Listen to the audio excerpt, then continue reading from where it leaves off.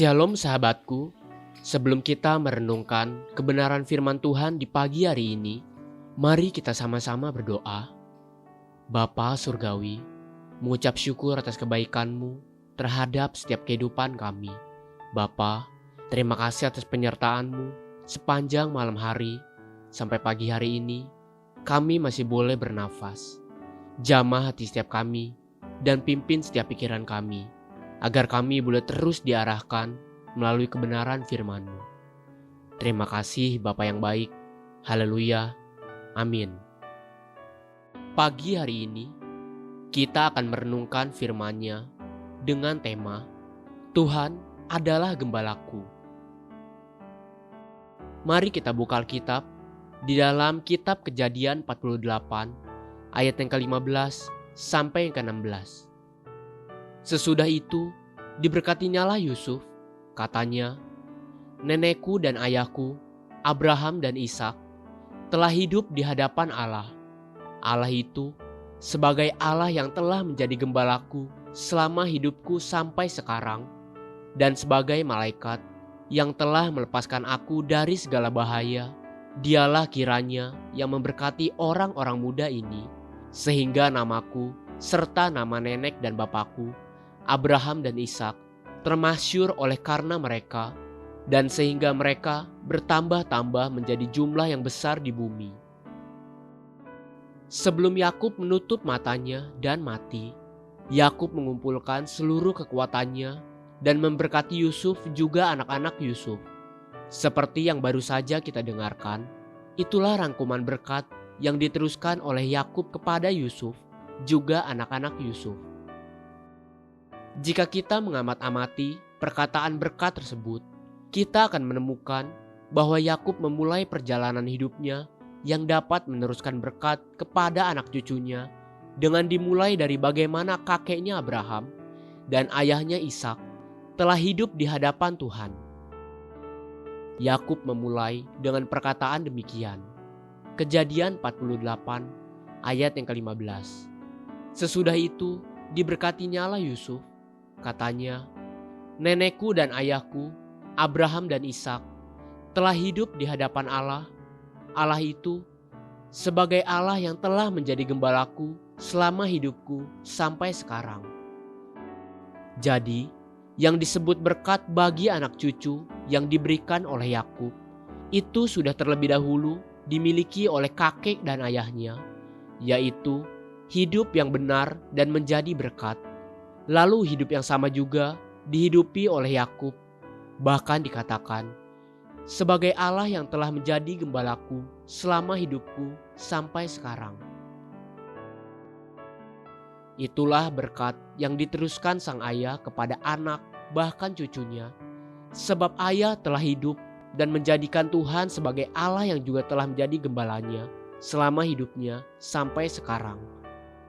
Berkat yang diberikan Yakub bukan sekedar harta kekayaan atau warisan, seperti yang kita sering dengar di mana-mana. Juga bukan sekedar kata-kata manis yang seringkali dibungkus dengan simbol-simbol rohani menjadi sebuah doa berkat. Namun, estafet berkat yang diberikan Yakub kepada anak-anak dan cucu-cucunya adalah hidup yang benar di hadapan Allahnya sampai akhir, sampai sebelum dia hendak menutup matanya. Hidup benar yang dijalani oleh Yakub adalah hidup benar yang menjadikan Allah sebagai gembala agungnya sampai sekarang. Seperti apakah hidup yang dimaksudkan yang menjadi berkat bagi anak cucu dan yang menjadikan Tuhan sebagai gembalanya? Perjalanan hidup Yakub telah menceritakan kebenaran itu. Hidup Yakub yang telah menjadikan Tuhan sebagai gembalanya dapat ditemukan sama seperti apa yang Mazmur Daud, keturunan Yakub, katakan di Mazmur 23. Tuhan adalah gembalaku, takkan kekurangan aku. Yakub dipelihara Tuhan dengan caranya Tuhan. Sekalipun dia telah 10 kali ditipu oleh mertuanya yang juga atasannya sendiri, namun Yakub selalu diberkati dan dipelihara Tuhan. Sebab Tuhan memelihara Yakub untuk tidak perlu mengejar berkat dengan berbalik menipu. Tuhan adalah gembalaku, sebab itu Ia menyegarkan jiwaku. dan menuntun aku di jalan yang benar oleh karena namanya.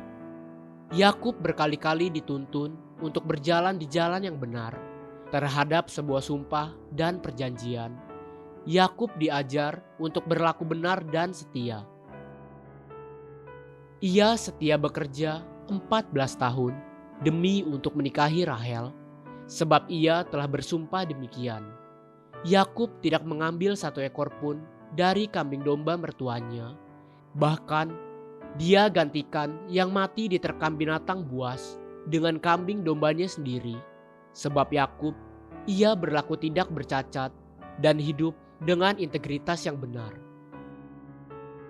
Terhadap kakaknya Esau, Yakub hidup dengan rendah hati dan bahkan meminta maaf sebab ia dituntun oleh Tuhan sebagai gembalanya.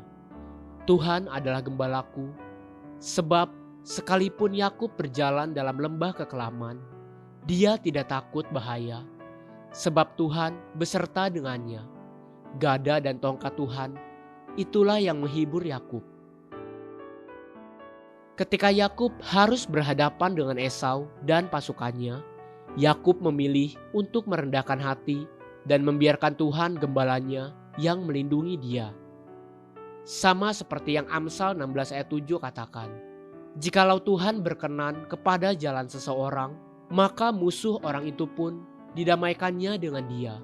Seperti itulah ciri-ciri orang yang menjadikan Tuhan sebagai gembalanya.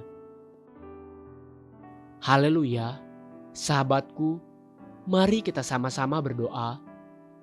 Terima kasih Bapa Surgawi, aku mau terus hidup di hadapan-Mu dan menjadikan Engkau gembalaku seumur hidupku. Amin. Jesus loves you and so do I.